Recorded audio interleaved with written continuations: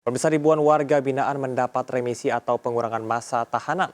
Di Bekasi, Jawa Barat, seorang anak balita langsung memeluk ayahnya setelah bebas dari lembaga pemasyarakatan orang tuanya. Sementara mantan warga binaan yang juga dapat menghirup udara bebas melakukan sujud syukur.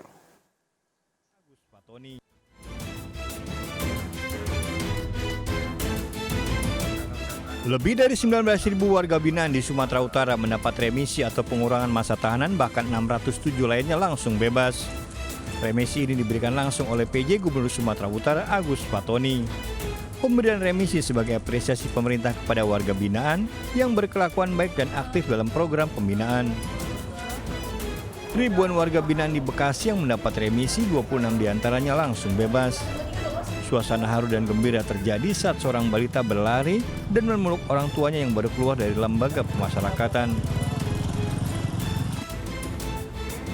6 warga binaan Lapas Tulung Agung dinyatakan bebas setelah menerima remisi atau pengurangan masa hukuman.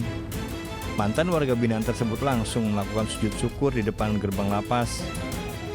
Dari Tulung Agung, Bekasi, dan Medan melaporkan. Pemirsa, Jessica Kumala Wongso, terpidana kasus kopi sianida yang menewaskan Wayan Mirna Salihin, bebas bersyarat dari Lapas Pondok Bambu, Jakarta Timur.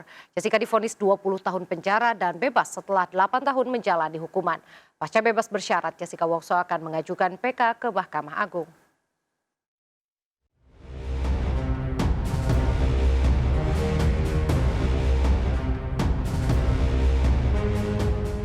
Jessica Kumala Wongso, terpidana kasus pembunuhan kopi sianida pada Mirna Salihin, mendapatkan kebebasan bersyarat dari Lapas Perempuan kelas 2A Pondok Bambu, Jakarta Timur.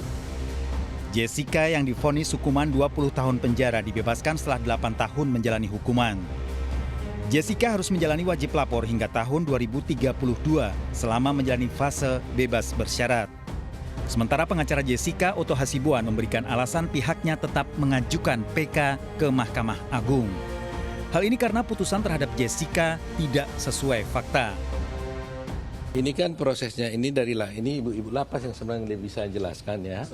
Ini kan kalau pelepasannya itu kan dari lapas. Setelah dari lapas tentunya kan ada pihak eksekutornya itu yang dulu penuntutnya kejaksaan. Jadi harus ada juga konfirmasi dari kejaksaan. Dari kejaksaan baru nanti itu ke Bapas ya. Dari Bapas nanti untuk serah terima lah di Bapasnya nanti dari kepala keluarga. Kita nanti kita akan menerima Jessica nanti ya. Iya, kita keluarga di Bapas sudah di sana sekarang. Nanti Jessica diantar juga oleh nanti di sana kita. Dari pihak keluarganya Kakak Jessica yang akan menunggu dia. Oke. Ada ibu. Jessica dinyatakan bebas bersyarat karena dinilai berkelakuan baik semasa di lapas sehingga mendapat remisi sebanyak 58 bulan 30 hari. Jessica Kumala Wongso hingga kini tak mengakui dirinya bersalah atas kematian dari Wayan Mirna Salihin. Setelah keluar dari Lapas Perempuan Pondok Bambu, Jessica bersama pengacaranya Otto Hasibuan menuju ke Kejari, Jakarta Timur untuk mengurus proses pembebasan bersyarat.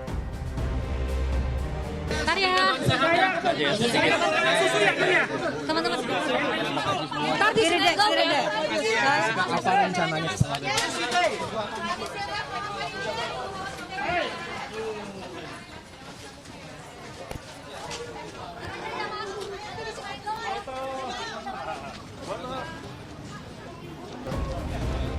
Sebelumnya Jessica dinyatakan bersalah dan mendapat hukuman 20 tahun penjara karena membunuh korban Mirna dengan memasukkan racun sianida ke dalam kopi.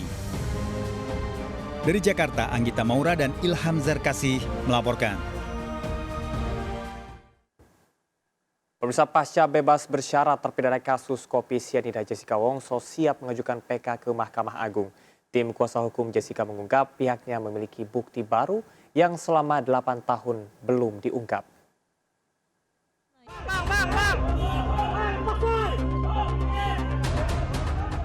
usai dijemput tim kuasa hukumnya dari Lapas Wanita Pondok Bambu, Jakarta Timur, Jessica Kumala Wongso menyempatkan diri makan sushi di kawasan Senayan, Jakarta Pusat. Setelahnya, Jessica mengadakan jumpa pers dan menyampaikan rasa syukur setelah mendapat pembebasan bersyarat pasca menjalani masa tahanan selama 8,5 tahun. Saya hari ini bersyukur karena sudah bisa keluar dari lapas dan bertemu kembali dengan keluarga dan teman-teman, dan ini pengacara-pengacara yang sudah seperti keluarga untuk saya.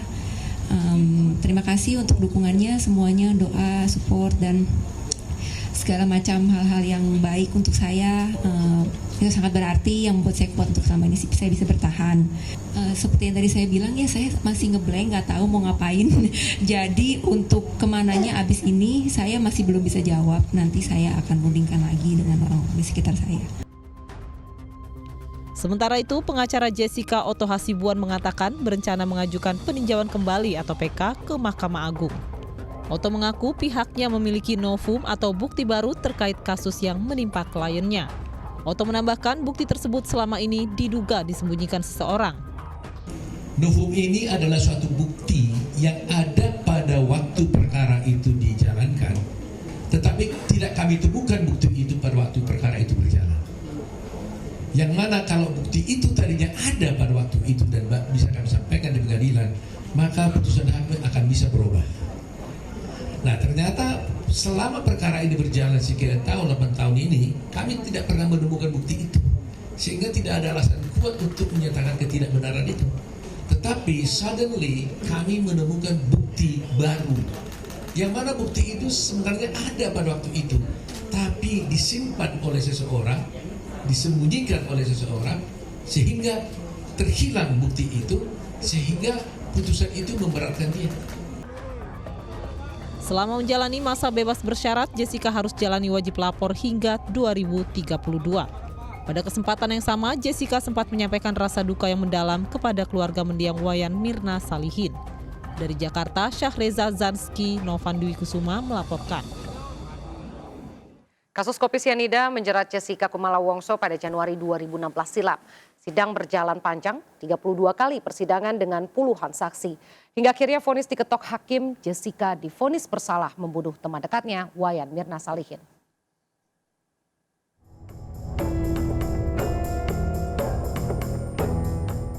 Nama Jessica Kumala Wongso dan es kopi Vietnam mulai menjadi perbincangan publik sejak Januari 2016. Bermula 6 Januari 2016, Jessica Kumala Wongso bertemu dua temannya, Wayan Mirna Salihin dan Hani, di sebuah kafe dalam pusat perbelanjaan kawasan Jakarta Pusat. Jessica yang tiba terlebih dahulu memesankan minuman untuk kedua temannya.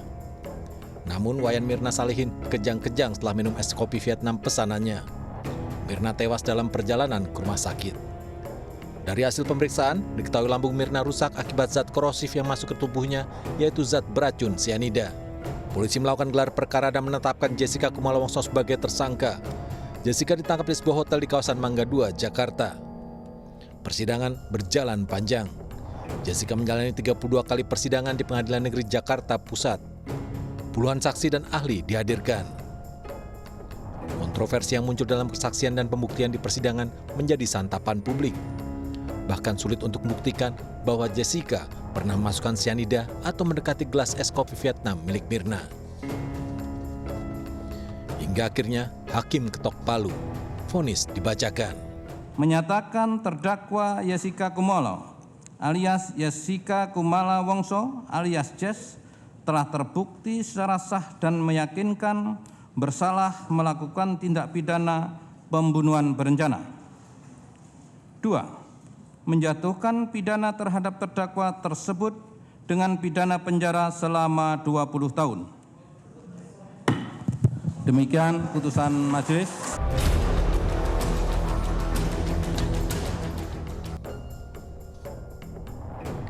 (27 Oktober 2016), Jessica Kumala Wongso dinyatakan terbukti bersalah membunuh Wayan Mirna Salihin dan divonis 20 tahun penjara.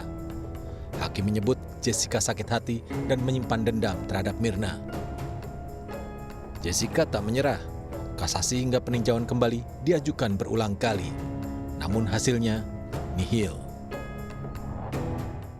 Usai bebas bersyarat dari Lapas Kelas 2A Pondok Bambu, Jakarta Timur, Jessica Kumala Wongso belum mempunyai rencana. Jessica menghirup udara usai 8 tahun menjalani masa penahanan. Jessica divonis 20 tahun pada 2016 pada kasus kopi sianida yang menewaskan sahabatnya Mirna Salihin di sebuah pusat perbelanjaan di Jakarta. Saya tadi berbincang dengan dia waktu di mobil, terus terang aja dia masih bingung-bingung juga sebenarnya. Dia bilang bahwa saya ini bingung nih, katanya mau kemana dan mau apa, malam ini juga mau gimana, dia sendiri bingung sekali dia. Jadi dia sendiri juga sok dalam arti senang tapi confusion gitu ya, bingung mau ngapain gitu loh. Jadi terus terang aja mungkin ini namanya baru keluar kan, belum berpikir lah bagaimana harus ke depan gitu. Pelaksana tugas Direktur Jenderal Pencegahan dan Pengendalian Penyakit Kementerian Kesehatan memberi imbauan ketat untuk mencegah meluasnya penularan Mpox di Indonesia dengan mengantisipasi masyarakat yang menunjukkan gejala Mpox. Kemenkes juga telah menyiapkan 12 laboratorium untuk mempercepat proses pemeriksaan individu yang diduga terpapar monkeypox. Antisipasi orang-orang yang mulai menampakkan gejala gitu ya, demam gitu ya. Salah satu gejala utamanya adalah demam.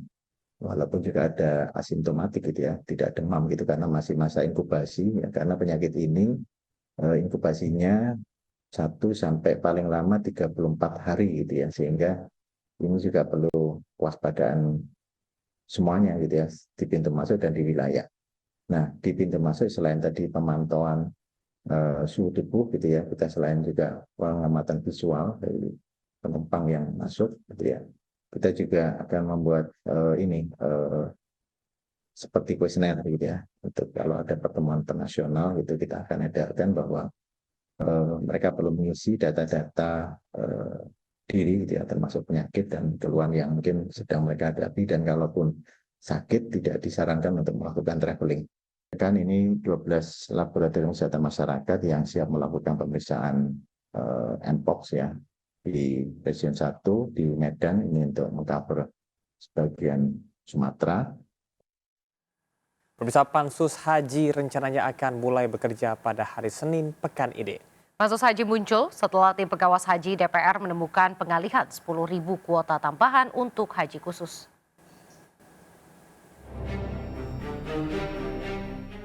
Pansus pelaksanaan ibadah haji telah bekerja secara informal di masa reses. Muhaimin bahkan telah mendorong agar Pansus bekerja lebih cepat.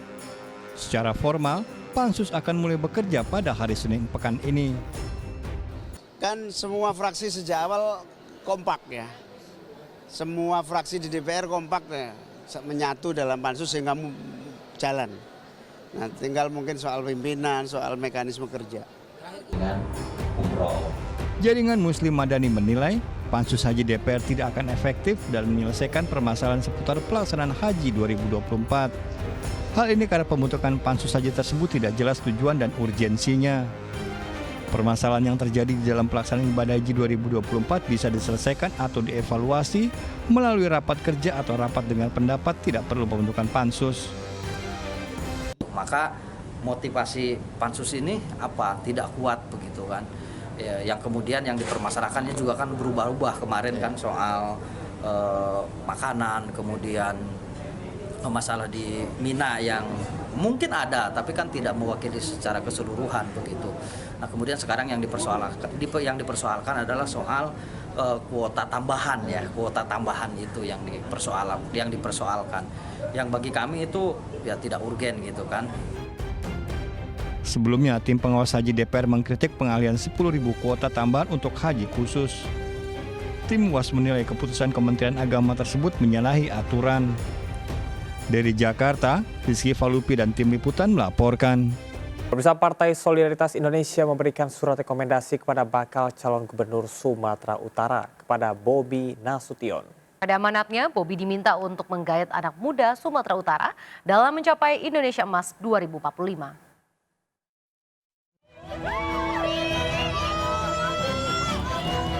Berbeda dari penyerahan surat rekomendasi partai politik lainnya yang cenderung formal, PSI memberikan surat rekomendasi kepada Bobi Nasution usai bermain sepak bola di lapangan Gajah Mada, Jalan Krakatau, Kota Medan, Sumatera Utara. Usai menerima rekomendasi, Bobi mengakui mendapat pesan dari Ketua Umum PSI Kaisang Pangarep untuk menggait anak muda Sumatera Utara dalam mencapai Indonesia Emas 2045. Ini titip dari PSI kepada kami yang diberikan rekomendasi hari ini, tetap kita sama-sama membangun Indonesia Emas 2045. Sementara itu, 4.000 simpul relawan se-Sumatera Utara mendeklarasikan dukungan kepada bakal calon Sumatera Utara lainnya, Edi Rahmayadi. Kepada relawan, Edi berpesan agar masyarakat diberikan kebebasan dalam memilih calon pemimpin tanpa intimidasi dan intervensi. Pada tempat lain, Partai Buruh resmi menyerahkan formulir dukungan kepada B1 KWK kepada calon bupati dan wakil bupati untuk 4 daerah. Konsep kita adalah tanggung jawab, ya, semua yang diberikan pada rakyat, semua yang diberikan pada peserta rakyat harus ditanggung oleh pemerintah, ya. Dalam ini Bupati Paniai. Salah satu yang sudah kami rencanakan adalah bagaimana masyarakat Paniai tidak perlu lagi ada demo-demo terkait dengan honorer yang haknya tidak dibayarkan dan lain-lain akan kami perhatikan. Partai Buruh berharap kepada calon kepala daerah yang mendapatkan dukungan dari Partai Buruh agar mendapat menjaga amanah dan mampu bekerja keras untuk mensejahterakan masyarakat. Dari Jakarta dan Medan melaporkan. Partai Kebangkitan Bangsa PKB resmi berkoalisi dengan Partai Gerindra. Hal tersebut disampaikan langsung oleh Muhaimin Iskandar dengan alasan partainya memiliki kesamaan ideologi Gerindra.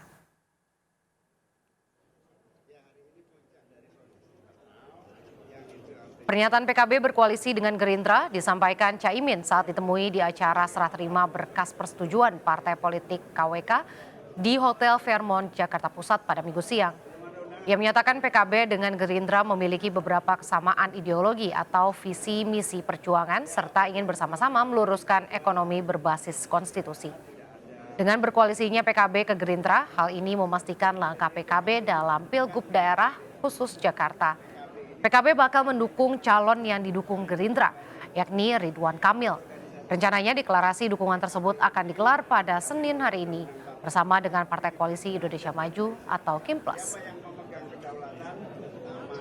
PKB sudah melakukan pembicaraan intensif dari sejak keputusan MK dan keputusan KPU hasil Pilpres. Jadi Pak Prabowo juga pernah datang ke kantor PKB dan kita bersepakat akan memantapkan perjalanan koalisi di pemerintahan yang akan datang.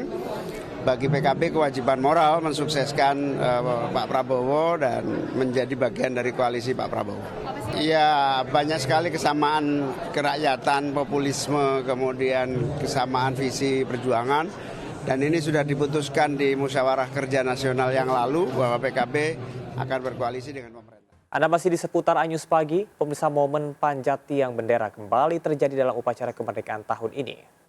Seorang siswa Madrasah Aliyah di Ogan Ilir, Sumatera Selatan memberanikan diri memanjat tiang bendera saat tali bendera merah putih tersangkut. Aksi heroik itu terjadi saat detik-detik proklamasi kemerdekaan Republik Indonesia digelar di kantor Kecamatan Pembulutan.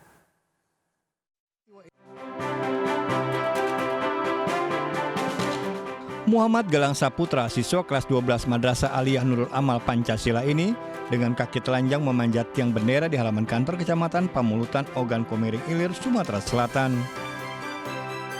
Peristiwa ini seketika menarik perhatian peserta upacara pada detik-detik proklamasi kemerdekaan. Aksi heroik Galang ini dilakukan saat bendera merah putih berhenti di setengah tiang karena talinya tersangkut. Dengan sangat hati-hati dan cekatan, Galang akhirnya sampai ke puncak dan berusaha mengurai tali. Lebih dari 20 detik berada di puncak tiang bendera, Galang akhirnya berhasil mengurai tali bendera. Berkat aksi heroiknya, bendera merah putih bisa berkibar sempurna.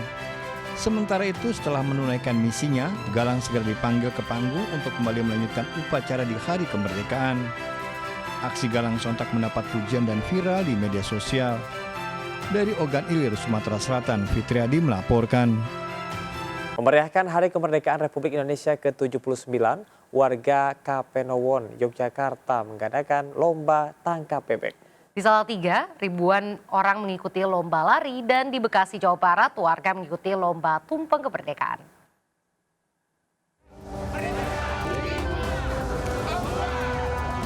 Ribuan pelari dari berbagai daerah mengikuti lomba lari di kota Salatiga, Jawa Tengah. Para peserta melintasi kawasan pedesaan hingga pegunungan pada rute sepanjang 7,9 km. Acara ini dalam rangka mencari atlet pelari muda, sekaligus memperingati Hari Jadi Jawa Tengah dan Hari Kemerdekaan RI ke-79.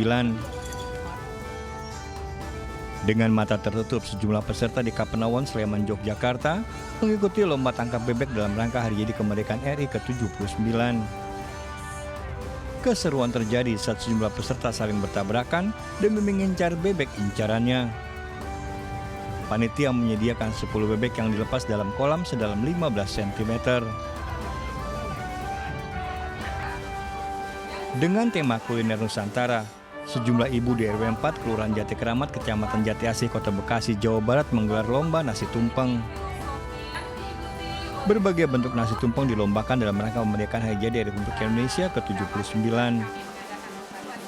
Lomba menjadi salah satu wujud semangat nasionalisme serta mempererat tali silaturahmi antar warga.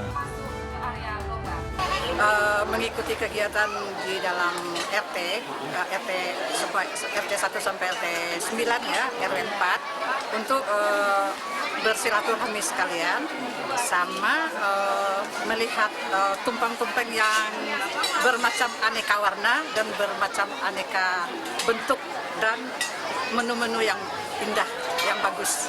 Untuk menggali kreativitas dari ibu-ibu PKK yang ada di RW 04, menjalin kekompakan serta kerjasama agar terjalin komunikasi yang baik antara satu RT dengan RT yang lainnya.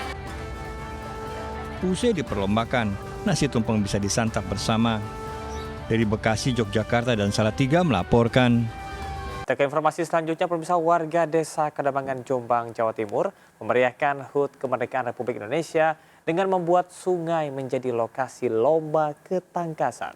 Berbagai rintangan dibuat memanfaatkan bahan-bahan seadanya.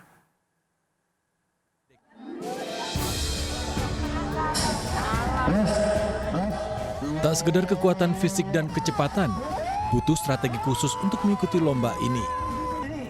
Inilah cara warga Desa Kademangan, Jombang, Jawa Timur memeriahkan Hari Kemerdekaan Indonesia. Mereka membangun wahana khusus di tengah sungai, serupa lomba adu keterampilan di televisi. Warga menyebutnya wahana Ninja Warrior Reborn Kampung. Sarana yang dipakai sederhana, hanya batang pisang, kayu, dan bambu. Namun tingkat kesulitannya lumayan tinggi. Ya ada dari pohon pisang itu. Kenapa? Ya agak sulit aja. Apa licin? Licin. Terus rasanya setelah menang ini gimana? Ya kalau menang senang sekali. Senang ya. Dapat apa ini? Dapat hadiah uang tunai. Hadiah uang tunai menanti sang juara. Pemenang mendapatkan hadiah sebesar Rp500.000. Tak heran peserta datang dari seluruh penjuru desa. Asal mulanya pesertanya itu diperuntukkan untuk pribumi dusun yang mendirikan ini. Tapi banyak antusias dari warga kiri kanan atau tetangga desa sebelah untuk mengikuti. Jadi mau nggak mau dari panitia membuka untuk umum. Ada 2 tahap rintangan. Setelah 3 rintangan pertama, peserta harus melewati 3 rintangan tahap kedua. Di titik akhir, peserta harus mengambil bendera merah putih di puncak menara dan mengibarkannya sebagai tanda finish. Dari Jombang, Jawa Timur, Muhtar Bagus, iNews melaporkan. Pemirsa, ribuan warga di Sleman, Yogyakarta berebut apem di pelataran makam Ki Ageng Wonolela. Acara bertajuk Sarapan dan Kirap Pusaka berlangsung meriah karena memperebutkan sebanyak 2 ton apem.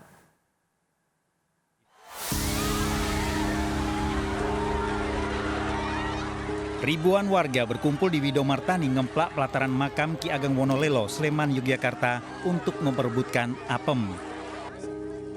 Didahului dengan kirap pasukan prajurit yang berjalan kaki hingga naik kereta menuju pelataran. 2 ton apem juga dibawa menuju pelataran untuk dibagikan kepada warga yang berwujud sebagai gunung. Tarian juga dipersembahkan sebagai wujud persembahan senjata Ki Wonolelo yang digunakan. Baru pembagian apem bagi warga dilakukan. Apem dibagikan dari ketinggian tower yang disebar oleh para ulama desa. Kesini sama siapa aja Ibu? Sama anak, sama ibu, sama tetangga, semuanya di sini. Tidak takut jatuh 2 kali kan Mas, tapi apa dapat ini ngalah berkah Mas, ya wong Jawa jenenge Mas. Ya. Semangat.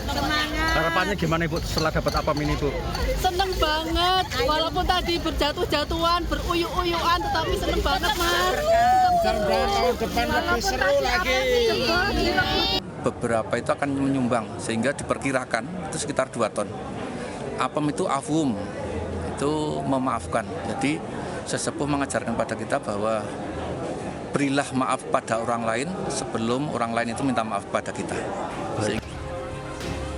Acara pembagian apem dilakukan pada bulan Safar setiap tahunnya atau bulan kedua dalam kalender Islam selama kurang lebih 14 hari.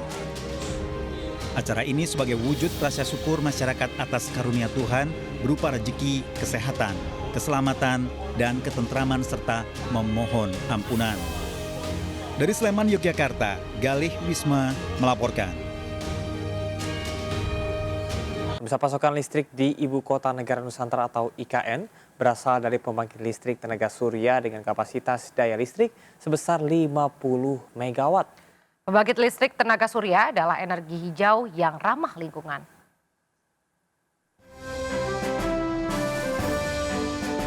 Inilah pembangkit listrik tenaga surya atau PLTS dengan kapasitas listrik 50 MW yang menjadi pasokan listrik utama di Ibu Kota Negara Nusantara Sepaku Penajam Pasir Utara. Mampu memberikan pasokan listrik ke 69 lokasi, meliputi Istana Kepresidenan, Gedung Kementerian Koordinator, dan 67 lokasi lainnya. Saat ini, PLTS mampu memproduksi listrik sebanyak 10 MW, sistem kelistrikan yang dilengkapi dengan skema pengamanan 4 lapis. Pertama dari 2 kabel penyulang, 2 dari induk gardu yang berbeda, ditambah UPS dan genset sebagai cadangan. Jadi ini adalah suatu ekosistem baru, sistem kelistrikan baru yang sangat futuristik, dan kami bangga di sini. Kami sudah mengerahkan seluruh pasukan kami, ada unit gardu yang bergerak, ada genset, kemudian seluruh kekuatan kami. Listriknya adalah listrik hijau dengan teknologi yang sangat canggih. Nantinya, PLTS akan mensuplai kelistrikan Ibu Kota Negara sebesar 50 MW yang mampu menerangi seluruh IKN. Dari Ibu Kota Nusantara, Kalimantan Timur, Tim Liputan melaporkan.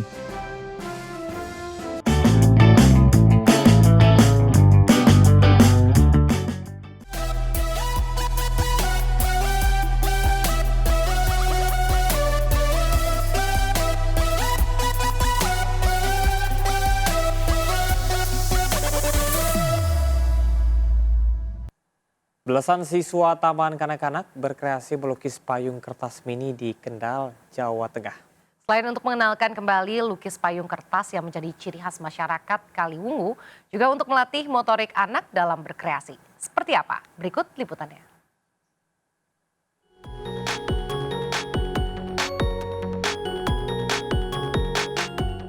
Dengan semangat anak-anak ini berkreasi melukis di media payung. Belasan murid Taman Kanak-Kanak di Kaliwungu, Kendal, Jawa Tengah ini nampak antusias menuangkan ide kreativitas melukis payung kertas berukuran mini. Kegiatan melukis payung ini dilakukan selain mengenalkan kembali lukis payung kertas yang menjadi ciri khas masyarakat Kaliwungu, di mana dahulu perajin payung kertas menjamur, juga untuk melatih motorik anak untuk kreatif menciptakan kreasi seni yang berkualitas. Untuk memantik minat anak-anak dalam berkreativitas, juga sekaligus untuk melatih anak-anak dari segi motorik maupun dari segi berkesenian.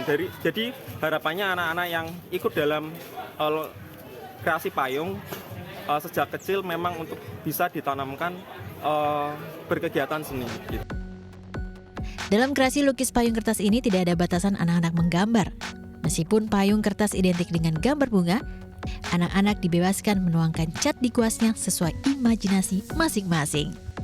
Mulai dari melukis bunga, pemandangan hingga coretan abstrak berwarna-warni. Pemandangan. Dek belajar lukis payung dari mana, Dek? Dari ibu. Senang nggak lukis payung ini, Dek? Sering lukis payung gini, Dek ya? Sering ya? Menariknya, dalam festival Pitu Turan Putaran ke-6 ini juga ditampilkan workshop pembuatan batik dan permainan tradisional serta bazar UMKM. Tanya itu, ada juga penampilan tari sufi, hingga lomba kuliner weh-wehan, dan diskusi mengenai batik Kendal. Dari Kendal, Jawa Tengah, Edi Prayitno, iNews, melaporkan. Pemirsa, Anda penggemar bubur ayam harus mencoba yang satu ini, bubur ayam topping ala Jepang. Ya, bubur ayam ini memiliki rasa beragam, mulai dari ayam, kepiting hingga kakap merah dengan topping nori dan taburan katsubushi.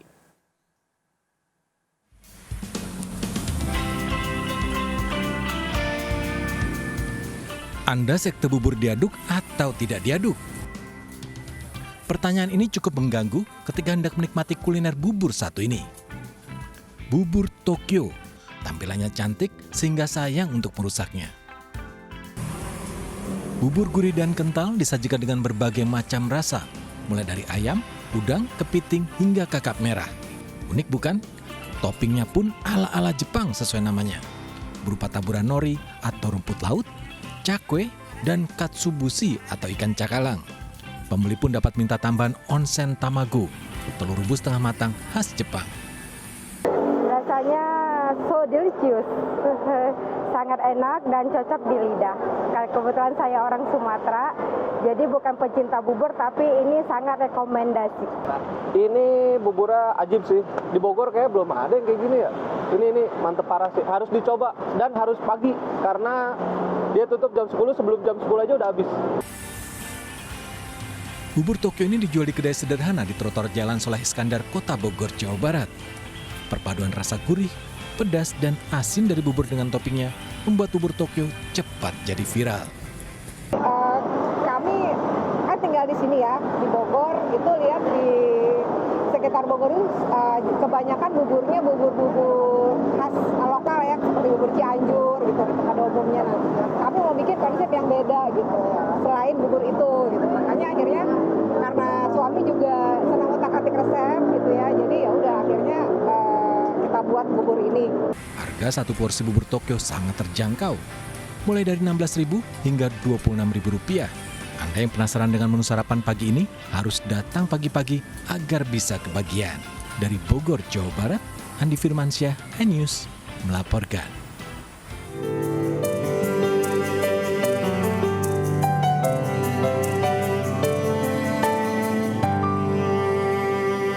Immaculata Sekolah Berkebutuhan Khusus di Bogor, Jawa Barat menyelenggarakan acara HUT Kemerdekaan RI ke-79. Ya, anak berkebutuhan khusus mengikuti berbagai lomba bagi anak bangsa yang butuh kasih sayang.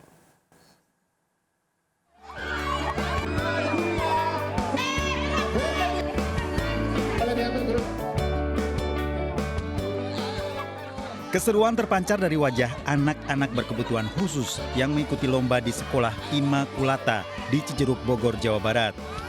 Berbagai lomba diikuti oleh anak-anak berkebutuhan khusus, mulai dari makan kerupuk, memasukkan pensil dalam botol, hingga balap sepeda. Berbeda dengan anak normal pada umumnya, anak-anak berkebutuhan khusus tidak mencari hadiah dalam setiap perlombaan yang diikutinya. Mereka hanya mengharapkan perhatian dan kasih sayang. Tua murid dan kami semua memberikan hak kepada anak-anak untuk mereka mendapatkan pendidikan, untuk mendapatkan kegembiraan, ya untuk mendapatkan kesehatan, itu sudah masuk di dalamnya. Jadi memberikan hak kepada anak. Ya, tentu mereka sangat berhak untuk mendapatkan 10 hak anak. Beberapa di antara adalah tentang pendidikan, tentang kegembiraan, tentang kesehatan. Ini kan membuat mereka sehat ya. Diharapkan di Hari Kemerdekaan Republik Indonesia yang ke-79 ini, pemerintah juga dapat memberikan perhatian pada mereka yang memiliki mental berkebutuhan khusus. Dari Bogor, Jawa Barat, Wildan Hidayat melaporkan.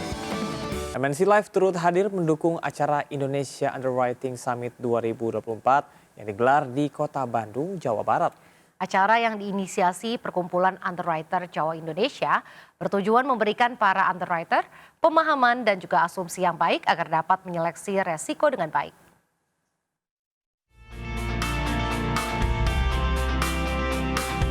Perkumpulan Underwriter Jiwa Indonesia atau PERUJI menggelar acara Indonesia Underwriting Summit 2024 di Kota Bandung. Kegiatan yang didukung MNC Life ini untuk memberikan wawasan serta mengeksplorasi inovasi dan solusi yang dapat meningkatkan efektivitas proses underwriting di era digital. MNC Life juga hadir memberikan paparan dan berdiskusi dengan tema Sharing Current Claim Fraud on Health Products untuk bersama-sama memperkuat industri asuransi di tanah air. Kita tanda tangan ya MOU dengan AMAI yang untuk tujuannya itu adalah meningkatkan kualitas underwriter itu sendiri. Ya, jadi ada kerjasama terkait dengan pelatihan, sertifikasi, terus kemudian penulisan jurnal dan lain-lain itu adalah satu hal yang memang kita akan capai di masa yang akan datang supaya nanti pada gilirannya bisa memenuhi tadi yang diarahkan oleh OJK. Saya berharap di kedepannya nanti ada semacam platform yang dapat di-sharing sehingga kita semua dapat berbagi informasi dengan baik dan kejahatan-kejahatan ataupun tindakan-tindakan negatif yang berhubungan dengan asuransi dapat dieliminir dengan baik. Indonesia Underwriting Summit 2024 digelar untuk mendukung perkembangan industri asuransi di Indonesia serta memberikan perlindungan finansial kepada para profesional di bidang asuransi. Dari Bandung, Jawa Barat, Ervan David, iNews melaporkan.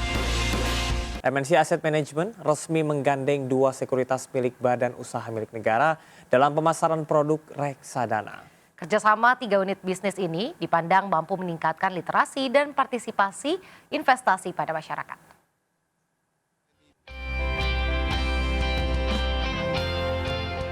Salah satu unit bisnis PT MNC Capital Indonesia Tbk, MNC Asset Management, bekerjasama dengan 2 perusahaan sekuritas dari bank BUMN terbesar, yakni PT BNI Sekuritas dan PT BRI Dana Reksa Sekuritas.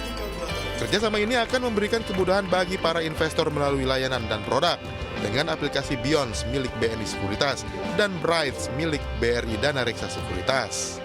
Kerjasama dengan BNI Sekuritas dan BRI Dana Reksa Sekuritas, kita bisa menambahkan jumlah AUM reksadana kami yang bekerja sama dengan teman-teman di 2 BUMN Sekuritas tersebut melalui aplikasi Beyond dan juga Brights ya.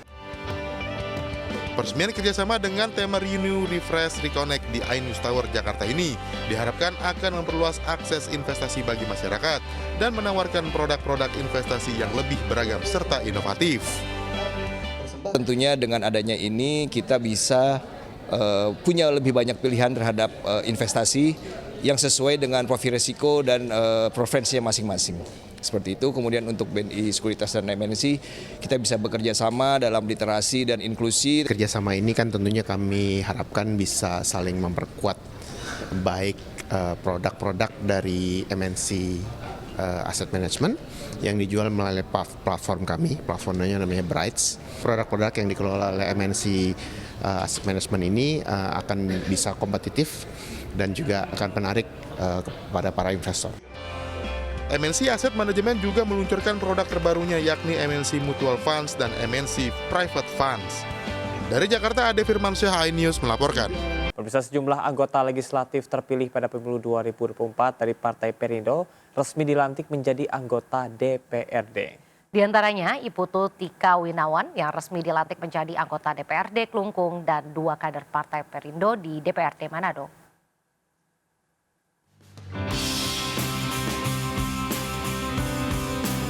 Tiga 30 anggota DPRD Klungkung periode 2024-2029 resmi dilantik di Balai Budaya Ida Dewa Agung Istrikanya, Klungkung, Bali. Salah satunya adalah kader Partai Perindo yaitu Iputu Tika Winawan. Kami sudah berkoordinasi dengan Indo Partai termasuk juga arahan DPP. Pastinya di dalam pembentukan fraksi kami akan bergabung ke PDIP. Itu hanya menindaklanjuti secara formal, artinya secara administratif dan lain sebagainya. Sementara di Sulawesi Utara, 2 kader Partai Perindo juga resmi dilantik sebagai anggota DPRD Kota Manado. Keduanya yakni Repa Niparasan dan Yasir Taruk Bua yang akan menjabat pada periode 2024-2029. Ya, tentu kita akan lebih intens, lebih rajin untuk turun ke masyarakat karena yang pasti kita boleh terpilih sebagai anggota DPRD karena pilihan masyarakat. Pada teman-teman yang ada di DPRD Kota Manado untuk segera bekerja keras sesuai dengan visi misi dari Partai Perindo untuk bangkit dan memperjuangkan kesejahteraan warga atau rakyat kota Manado. Dalam pemilu 2024, 20 kader Partai Perindo terpilih menjadi anggota DPRD di 15 kabupaten kota di Sulawesi Utara, di mana satu diantaranya anggota DPRD Provinsi Sulut. Tim Liputan iNews melaporkan. Bisa calon gubernur daerah khusus Jakarta, Ridwan Kamil bersilaturahmi ke DPP Perindo dan bertemu dengan Ketua Umum Perindo, Angela Tanusudibyo. Dalam silaturahminya, keduanya membahas tentang hasil pada saat itu.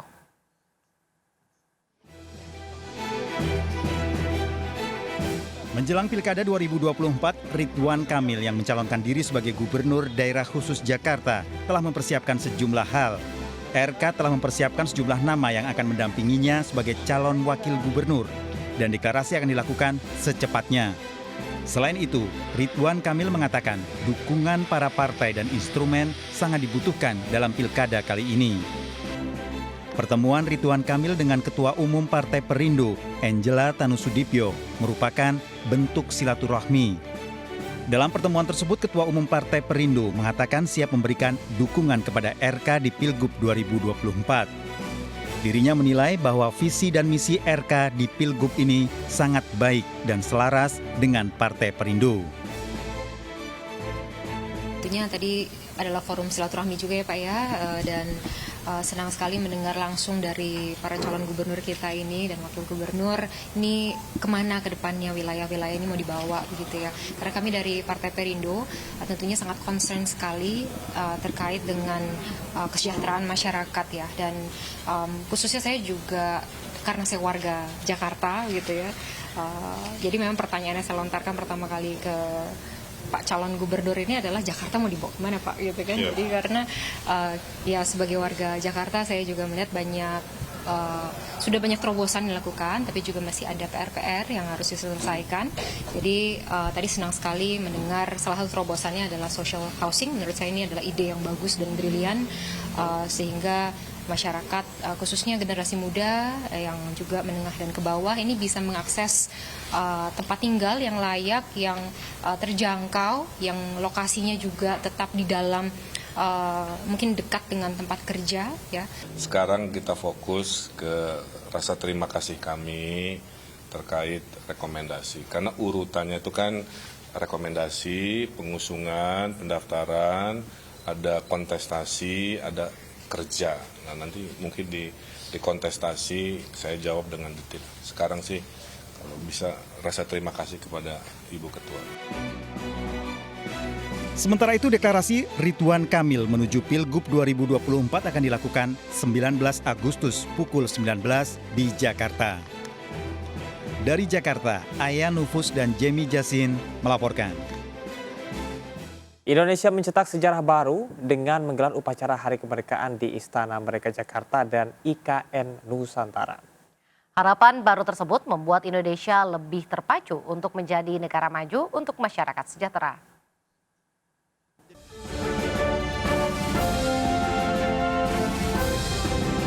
Upacara Hari Kemerdekaan ke-79 Republik Indonesia berlangsung hikmat. Digelar di Istana Merdeka Jakarta dan di Istana Negara IKN Kalimantan Timur menjadi sejarah baru Indonesia menuju generasi Indonesia Emas 2045. Wakil Menteri Pariwisata dan Ekonomi Kreatif Angela Tanusudibyo turut menghadiri upacara Hari Kemerdekaan di Istana Merdeka Jakarta.